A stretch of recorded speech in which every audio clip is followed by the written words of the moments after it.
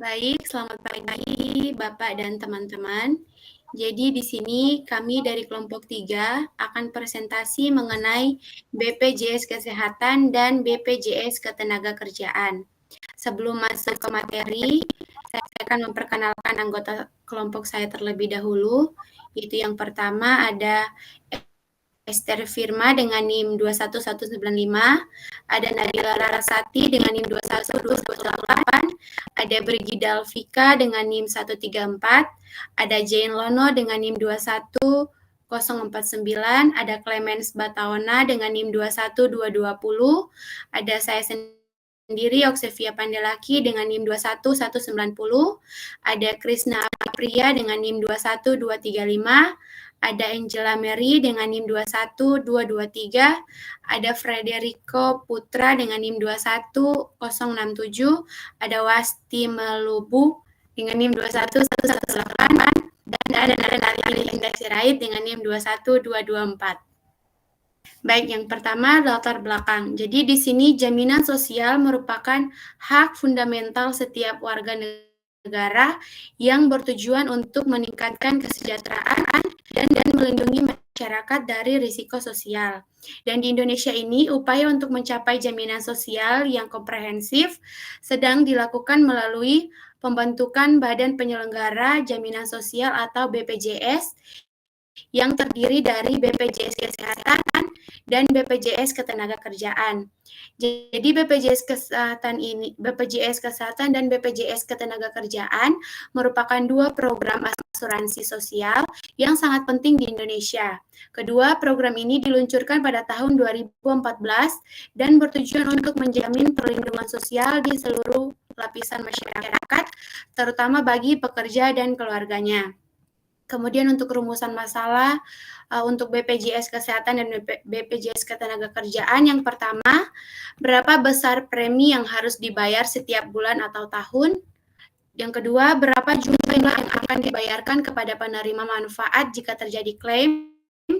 Yang ketiga, bagaimana proses klaim dilakukan? Dan yang terakhir, apa keuntungan dari produk asuransi tersebut dalam kehidupan sehari-hari? Yang pertama, BPJS Kesehatan. Jadi berapa besar premi yang harus dibayar setiap bulan atau tahun?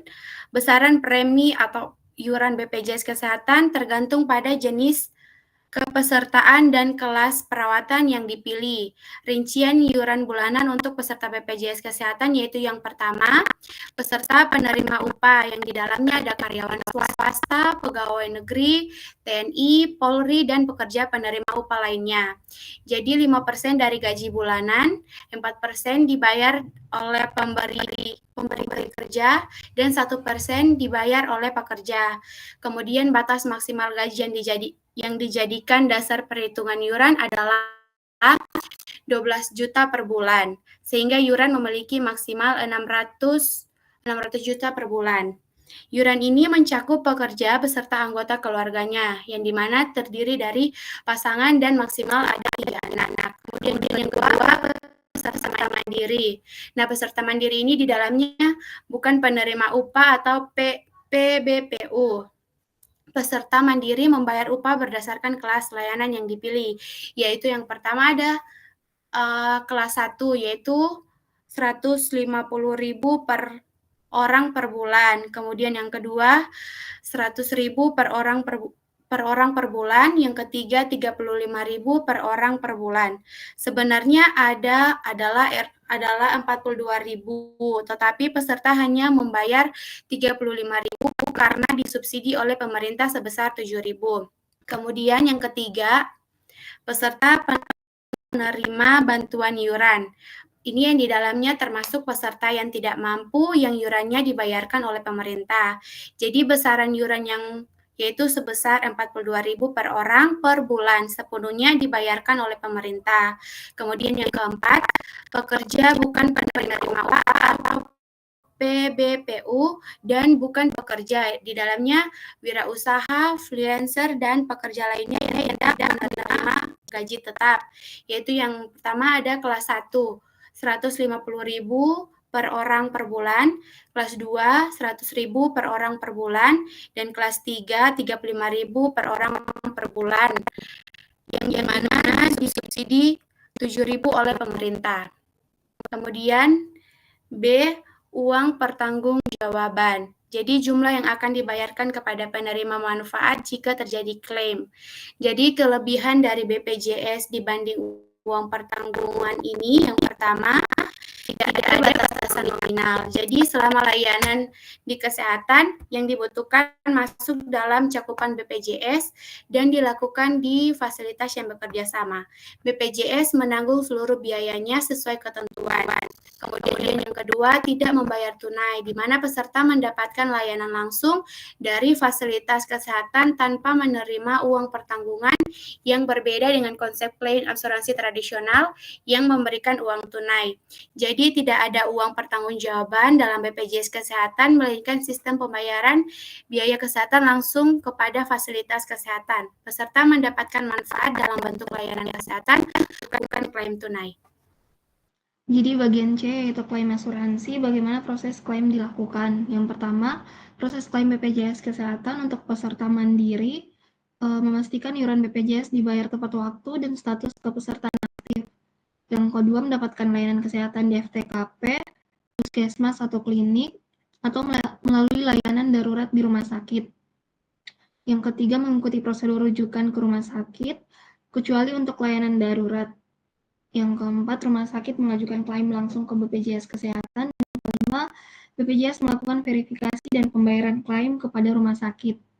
Kemudian yang kedua, proses klaim BPJS Kesehatan untuk peserta upah tetap, memastikan kepesertaan aktif dengan memantau pembayaran iuran oleh perusahaan, mengunjungi FTKP untuk mendapatkan pelayanan kesehatan dasar atau perawatan lanjutan dengan rujukan. Yang ketiga, dalam kondisi darurat, peserta bisa langsung ke IGD tanpa rujukan. Dan yang keempat, rumah sakit akan mengurus klaim langsung ke BPJS dan peserta tidak perlu membayar biaya jika sesuai dengan cakupan BPJS. Dan yang selanjutnya itu BPJS akan memverifikasi klaim dan melakukan pembayaran ke fasilitas kesehatan. Bagian D yaitu manfaat utama. Apa keuntungan dari produk asuransi tersebut dalam kehidupan sehari-hari? Jadi yang pertama, akses kesehatan yang lebih mudah, di mana tidak perlu lagi memikirkan biaya yang besar saat sakit atau harus menjalani prosedur medis. Dengan BPJS Kesehatan, kita dapat mengakses berbagai fasilitas kesehatan yang bekerjasama mulai dari puskesmas hingga rumah sakit. Biaya perawatan yang ditanggung BPJS Kesehatan pun jauh lebih terjangkau dibandingkan jika membayar secara mandiri. Yang kedua, pelayanan tanpa batasan usia, di mana BPJS Kesehatan dapat diakses oleh semua golongan masyarakat tanpa batasan usia. Ini menjamin bahwa anak-anak dewasa dan lansia semua mendapatkan akses ke perawatan yang dibutuhkan. Kemudian yang ketiga, perlindungan finansial. Biaya pengobatan yang tidak terduga dapat menjadi beban finansial yang berat. BPJS Kesehatan membantu melindungi dari risiko tersebut. BPJS Kesehatan kita dapat tenang karena sudah memiliki jaminan kesehatan. Dan yang keempat, perlindungan kesehatan komprehensif, menyediakan cakupan yang luas termasuk layanan rawat jalan, rawat inap, pemeriksaan laboratorium, operasi, dan pengobatan untuk penyakit kronis, di mana dapat membantu peserta mendapatkan perawatan yang diperlukan tanpa khawatir dengan biaya tinggi. Dan yang terakhir, yang kelima, yaitu tidak terdapat diskriminasi dalam pelayanan. Peserta BPJS berhak mendapatkan perlakuan layanan yang setara seperti pasien non-BPJS di rumah sakit atau fasilitas kesehatan yang bekerja sama. Program ini memastikan bahwa setiap individu tidak pandang kondisi finansialnya, memiliki akses terhadap pelayanan kesehatan yang berkualitas, layanan medis yang dapat diterima seperti bedah dari dokter atau operasi, dapat diberikan sesuai kebutuhan medis tanpa memandang status ekonomi penerima BPJS. Itu bagian yang kedua, BPJS Ketenagakerjaan. Untuk yang pertama yaitu premi atau iuran BPJS Ketenagakerjaan tergantung pada jenis jaminan program perlindungan. Yang pertama ada jaminan hari tua. Jaminan hari tua sendiri merupakan jenis yang paling umum diberikan perusahaan kepada karyawannya. Tarif BPJS Ketenagakerjaan yang dikenakan pada jenis ini adalah 5,7% dari upah yang diterima.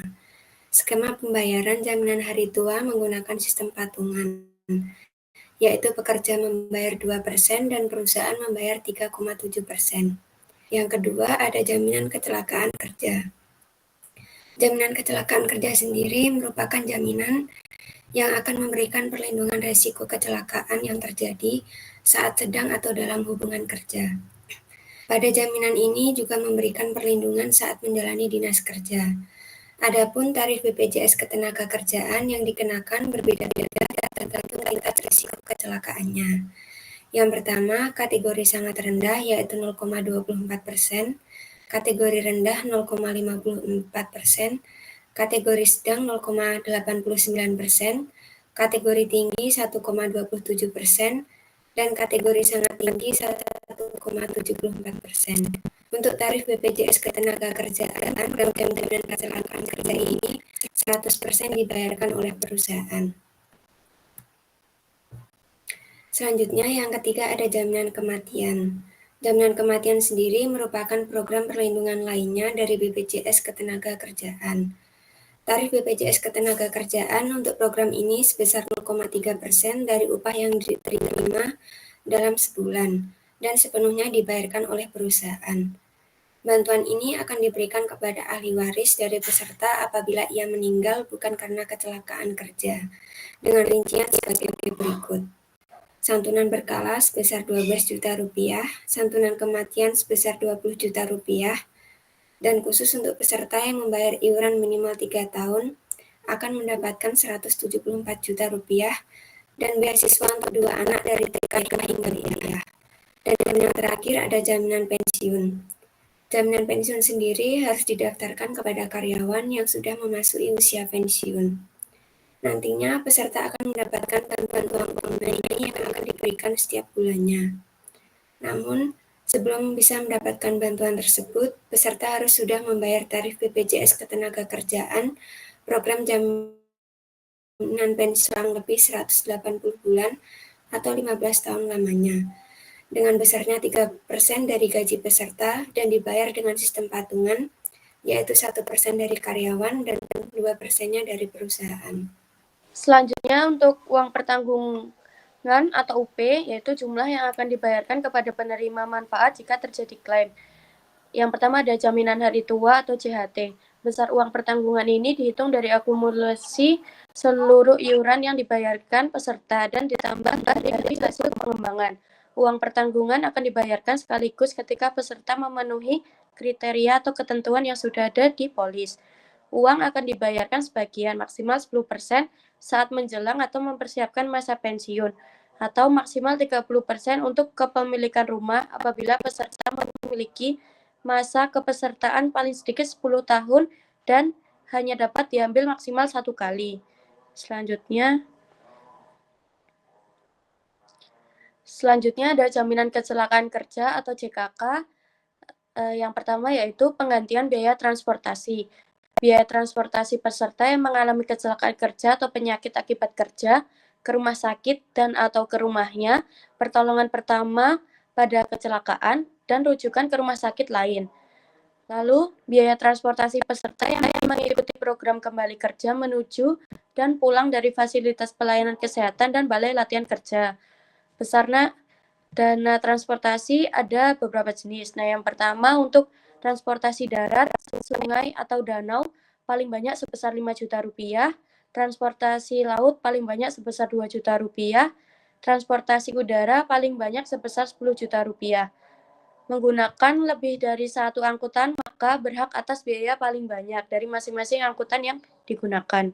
Selanjutnya ada santunan sementara tidak mampu bekerja atau STMB, berupa uang tunai sejumlah upah yang dilaporkan kepada BPJS Ketenagakerjaan dengan ketentuan.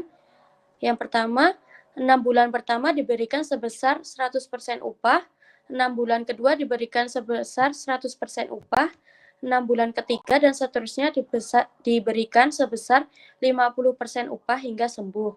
STMB diberikan kepada peserta tidak mampu bekerja. 35 paham JKK dan JKM sampai ia dinyatakan sembuh. Cacat sebagian anatomis, cacat sebagian fungsi, cacat total tetap, atau meninggal dunia berdasarkan surat keterangan dokter yang merawat atau dokter penasihat. Bagi peserta penerima upah, STMB dibayarkan kepada pemberi kerja sebagai pengganti upah yang diberikan kepada pekerja selama menjalani masa pengobatan, rehabilitasi, atau pelatihan kerja. Bagi peserta bukan penerima upah, STMB dibayarkan kepada peserta selama menjalani pengobatan, rehabilitasi, atau pelatihan kerja. Selanjutnya ada santunan cacat. Untuk cacat sebagian anatomis, yaitu sebesar persenan sebesar sesuai tabel cacat dikalikan 80 dikalikan dengan upah sebulan. Untuk cacat sebagian fungsi, sama dengan persenan berkurangnya fungsi dikalikan persenan sesuai cacat tabel dikali 80 dikali upah sebulan. Untuk cacat total tetap sama dengan 70% dikali 80 dikali upah sebulan. Selanjutnya ada santunan kematian. Santunan kematian sebesar 60% dikalikan 80 dikalikan upah sebulan atau setara dengan 48 dikalikan upah sebulan. Paling sedikit sebesar manfaat JKM dan biaya pemakaman sebesar 10 juta rupiah. Lalu untuk santunan berkala yang dibayarkan sekaligus sebesar 24 dikalikan 500.000, yaitu sebesar 12 juta rupiah. Apabila peserta meninggal dunia atau cacat total tetap akibat kecelakaan kerja atau penyakit akibat kerja.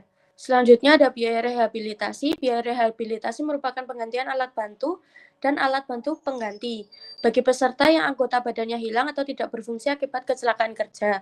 Untuk setiap kasus dengan patokan harga yang ditetapkan oleh Pusat Rehabilitasi Rumah Sakit Umum Pemerintah ditambah 40% dari harga tersebut, serta biaya rehabilitasi medik.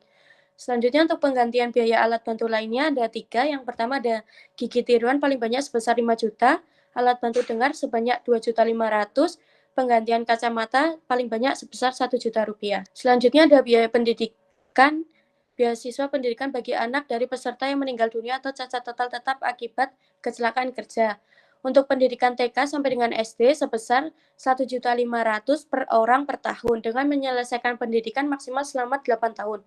Untuk pendidikan SMP atau sederajat sebesar 2 juta rupiah per orang per tahun dengan menyelesaikan pendidikan maksimal 3 tahun. Untuk pendidikan SMA sederajat sebesar 3 juta rupiah per orang per tahun dengan menyelesaikan pendidikan maksimal 3 tahun. Lalu untuk pendidikan tinggi maksimal S1 atau pelatihan sebesar 12 juta per orang per tahun dengan menyelesaikan pendidikan maksimal 5 tahun. Maksimal untuk biaya beasiswa pendidikan yaitu sebesar 174 juta rupiah. Selanjutnya yang ketiga yaitu jaminan kematian atau JKM. Untuk santunan kematiannya sebesar 20 juta rupiah. Untuk santunan berkala dibayarkan sekaligus sebesar 12 juta rupiah. Biaya pemakaman sebesar 7 juta rupiah. Beasiswa yang diberikan kelas tahun sesuai dengan pendidikan anak dengan rincian sebagai berikut. Yang pertama yaitu pendidikan KK sebesar 1.500.000 per orang dalam 1 tahun, maksimalnya 2 tahun. Yang kedua yaitu pendidikan SD sebesar 1.500 per orang dalam 1 tahun, maksimal 6 tahun. Yang ketiga yaitu pendidikan SMP yaitu sebesar 2 juta per orang dalam 1 tahun, maksimal 3 tahun. Yang keempat yaitu SMA sebesar 3 juta rupiah per orang dalam setahun, maksimalnya 3 tahun. Dan yang kelima yaitu pendidikan tinggi S1 atau pelatihan sebesar 12 juta per orang dalam 1 tahun, maksimalnya 5 tahun. Next. 4 yaitu jaminan pensiun. Untuk uang pertanggungan akan diberikan setiap bulannya dengan JP bulanan tahun 2024. Yang pertama yaitu manfaat minimum sebesar Rp393.500. Yang kedua, manfaat maksimum yaitu sebesar Rp4.718.200. Uang pertanggungan juga dapat diterima sekaligus yang besarnya merupakan akumulasi seluruh iuran ditambah hasil pengembangannya. Next. Yang kelima yaitu jaminan kehilangan pekerjaan. Untuk uang pertanggungan diberikan setiap bulan paling banyak 6 bulan upah dengan besaran manfaat. 45% dari upah sebulan untuk 3 bulan pertama, 25% dari upah sebulan untuk 3 bulan berikutnya. Dasar pembayaran upah yang digunakan yaitu upah terakhir yang dilaporkan kepada BPJS Ketenagakerjaan dengan maksimal batas atas upah yang diperhitungkan sebesar 5 juta rupiah. Selanjutnya ada klaim asuransi, di mana ada 2 proses klaim BPJS Kesehatan. Yang pertama untuk peserta mandiri asuransi dan yang kedua yaitu untuk peserta upah tetap. Jadi untuk peserta mandiri asuransi, pastikan iuran BPJS dibayar tepat waktu dan status kepesertanya aktif. Selanjutnya mendapatkan layanan kesehatan di FKTP, puskesmas, klinik, ataupun melalui layanan darurat di rumah sakit. Dan yang ketiga, mengikuti prosedur rujukan ke rumah sakit, kecuali untuk layanan darurat. Keempat, rumah sakit mengajukan klaim langsung ke BPJS Kesehatan. Dan yang terakhir yaitu BPJS melakukan verifikasi dan pembayaran klaim pada rumah sakit. Yang berikut proses klaim BPJS Kesehatan untuk peserta upah tetap, di mana pastikan kepesertaan aktif dengan memantau pembayaran iuran oleh perusahaan. Yang kedua, kunjungi FKTP untuk mendapatkan pelayanan kesehatan dasar atau perawatan lanjutan dengan rujukan. Yang ketiga, dalam kondisi darurat, peserta bisa langsung ke IGD tanpa rujukan. Yang keempat, rumah sakit akan mengurus klaim langsung ke BPJS dan peserta tidak perlu membayar biaya jika sesuai dengan cakupan BPJS. Dan yang terakhir, BPJS akan memverifikasi klaim dan melakukan pembayaran ke fasilitas kesehatan. Selanjutnya, D. Manfaat utama terkait apa keuntungan dari produk asuransi tersebut dalam kehidupan sehari-hari. Manfaat yang diberikan BPJS Ketenagakerjaan berbeda-beda sesuai dengan produk asuransinya. Yang pertama itu contohnya jaminan hari tua, di mana manfaat yang akan diterima adalah berupa uang tunai yang besarnya dari akumulasi seluruh iuran yang dibayarkan dan ada penambahan dari hasil penambangannya. Uang tunai ini akan dibayarkan semuanya apabila peserta sudah berusia 56 tahun, berhenti bekerja karena mengundurkan diri dan sedang tidak aktif bekerja. Yang ketiga, terkena PHK. Yang keempat, meninggalkan wilayah Indonesia selamanya. Yang keempat, cacat tetap, atau yang terakhir, meninggal.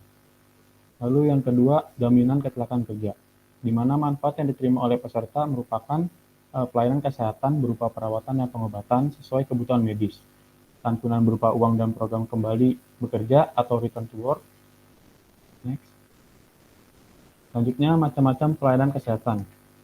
Yang pertama, pelayanan kesehatan sesuai dengan kebutuhan medis, yang meliputi yang pertama, pemeriksaan dasar dan penunjang, perawatan tingkat pertama dan lanjutan, yang ketiga, rawat inap kelas I rumah sakit pemerintah daerah, atau rumah sakit swasta yang setara. Yang keempat, perawatan intensif. Yang kelima, penunjang diagnostik. Yang keenam, penanganan, termasuk komorbiditas dan komplikasi yang berhubungan dengan kecelakaan kerja dan penyakit akibat kerja. Yang ketujuh, pelayanan khusus. Yang kedelapan, alat kesehatan dan implan. 9, jasa dokter atau medis. 10, operasi. 11, pelayanan darah. Dan terakhir, rehabilitasi medis. Lalu yang pelayanan kesehatan kedua, perawatan di rumah atau home care yang diberikan dengan ketentuan berikut. Yang pertama, diberikan kepada peserta yang tidak memungkinkan melanjutkan pengobatan ke rumah sakit karena keterbatasan fisik dan atau kondisi geografis. Lalu, diberikan berdasarkan rekomendasi dokter. Yang ketiga, dilaksanakan oleh fasilitas kesehatan yang bekerja sama dengan BPJS Ketenagakerjaan. Dan yang terakhir, diberikan maksimal 1 tahun dengan batasan biaya paling banyak sebesar 20 juta. Selanjutnya yang ketiga, pemeriksaan diagnostik dalam penyelesaian kasus penyakit akibat kerja. Diberikan yang pertama, A, santunan berupa uang, di mana yang A, transportasi darat, sungai, atau danau maksimal sebesar 5 juta. Yang kedua, transportasi laut maksimal sebesar 2 juta. Yang ketiga, transportasi udara maksimal sebesar 10 juta. Dan yang terakhir, apabila menggunakan lebih dari satu angkutan, maka berhak atas biaya paling banyak. Lalu yang kedua, B, santunan sementara tidak mampu bekerja atau STMB. Yang berdasarkan, yang pertama, 6 bulan pertama diberikan sebesar 100% dari upah. Yang kedua, 6 bulan kedua diberikan sebesar 100% dari upah. Dan yang terakhir, 6 bulan ketiga dan seterusnya diberikan sebesar 50%.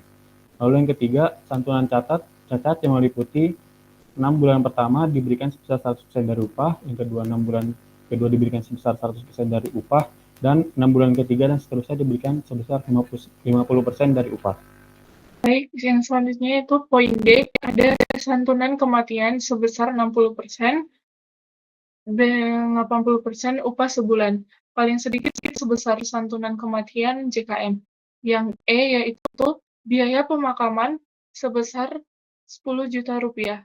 Yang poin F, santunan berkala diberikan jika peserta mengalami cacat total, tetap, atau meninggal dunia akibat kecelakaan kerja atau penyakit akibat kerja dan dibayarkan sekaligus sebesar 12 juta rupiah.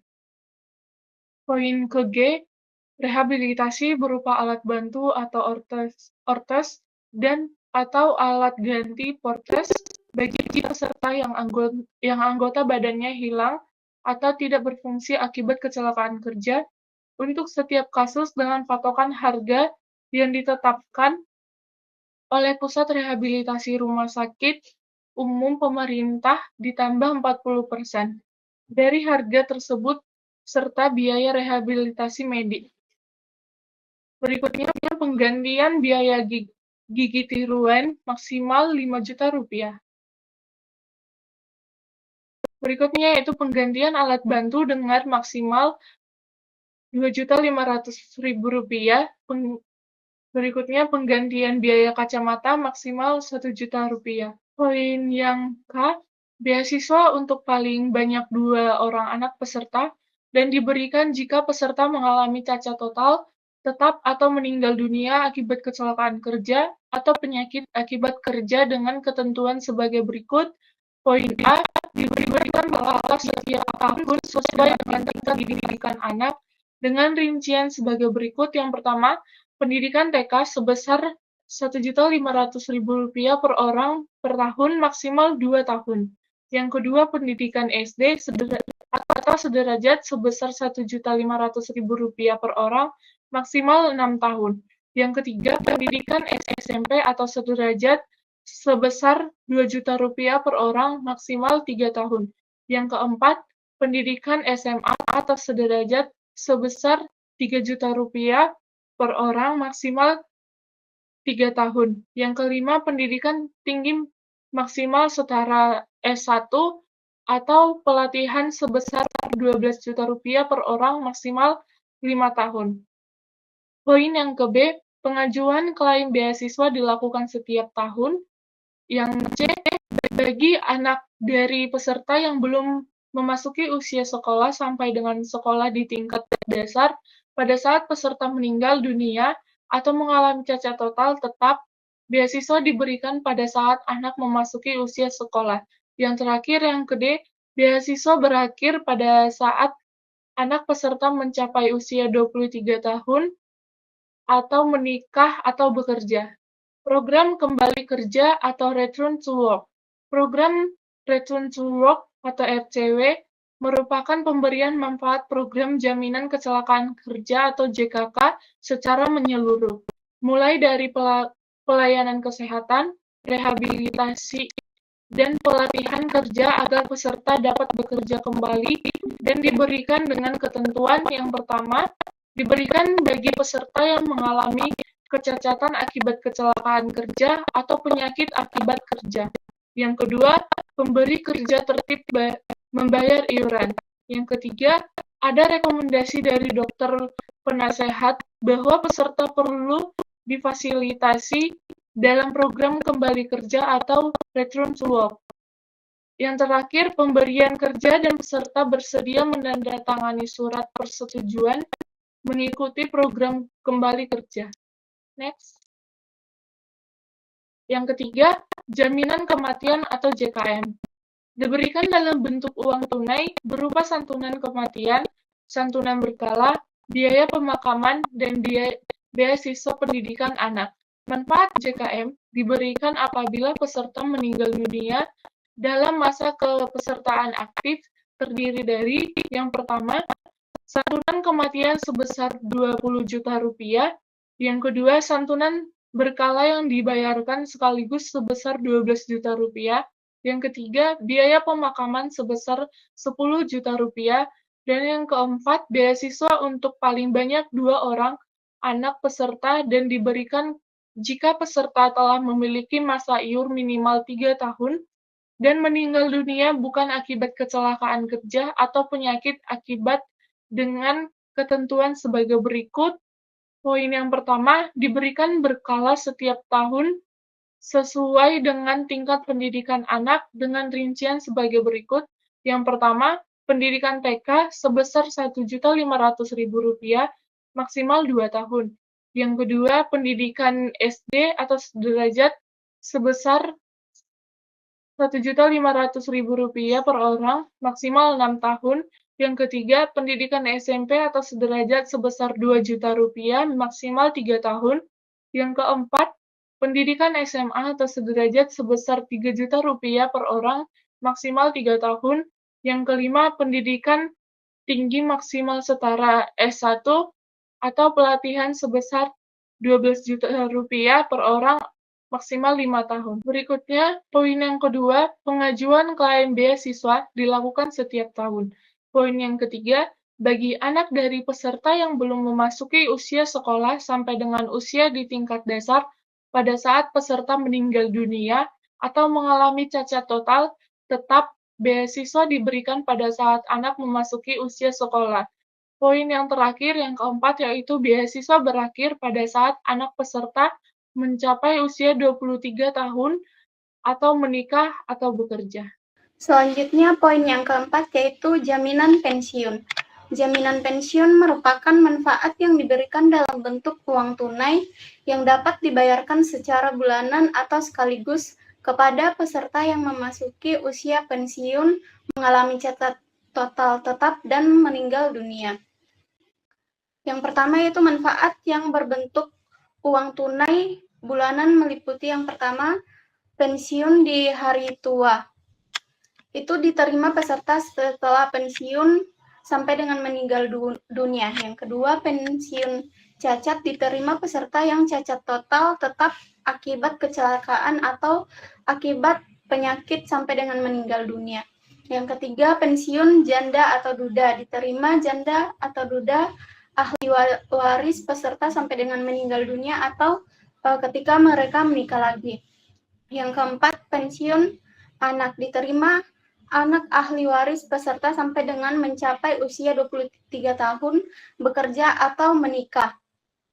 Lalu yang terakhir, pensiun orang tua diterima salah satu orang tua wali ahli waris peserta sampai dengan meninggal dunia bagi peserta yang tidak memiliki suami, istri, atau anak. Lalu yang kedua, besarnya manfaat yang ditentukan berdasarkan formula tertentu atau dapat berupa uang tunai yang dibayarkan sekaligus yang merupakan akumulasi keseluruhan iuran beserta hasil pengembangannya.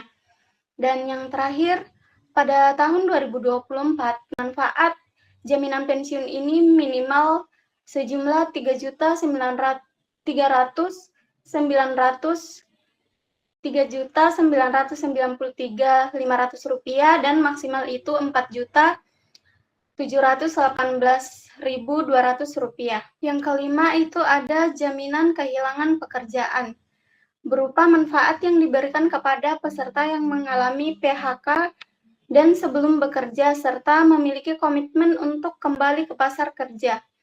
Manfaat didapatkan apabila peserta memenuhi masa iuran program JKP paling sedikit 12 bulan dalam 24 bulan dan setelah membayar iuran paling singkat 6 bulan berturut-turut.